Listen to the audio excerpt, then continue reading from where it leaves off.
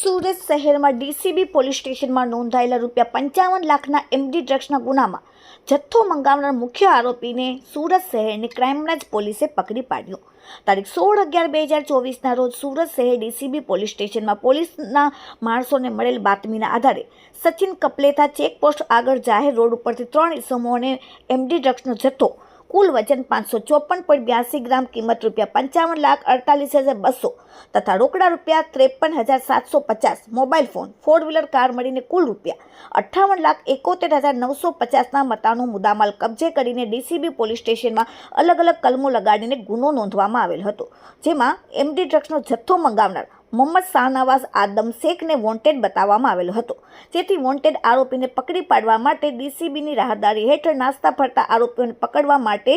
Crime branch police સ્ટેશનના માણસો જ્યારે વર્કઆઉટમાં હતા ત્યારે ખાનગી બાતમીના આધારે અડાજણ બસ ડેપો પાસેથી આરોપી મોહમ્મદ શાહનવાઝ ઉર્ફે અબ્દુલ કાલિયા મોહમ્મદ આદમ શેખ, ઉંમર 20, ધંધો કાપડનો અને રહેવાસી બાલાપીર દરગાહ, વરિયાવી બજાર, સૈયદપુરા, સુરત વાળાને પકડી પાડવામાં આવેલ છે અને આરોપી વિરુદ્ધ કાયદેસરની કાર્યવાહી હાલમાં કરવામાં આવેલ। આરોપીની કડકાઈથી પૂછપરછ કરતા તેમણે કહેલ કે તેણે મંગાવેલ એમડી ડ્રગ્સ પકડાઈ જતા તે સુરત શહેર છોડી ઓડિશા બરહમપુર ચાલ્યો ગયેલ હતો, જે એક દિવસ થયેલ સુરત શહેરમાં આવેલ અને તે બાતમીના આધારે ક્રાઇમ બ્રાન્ચની ટીમ દ્વારા આજે આરોપીને વોચ રાખીને પકડી પાડવામાં આવેલ। Bureau report, daily India TV.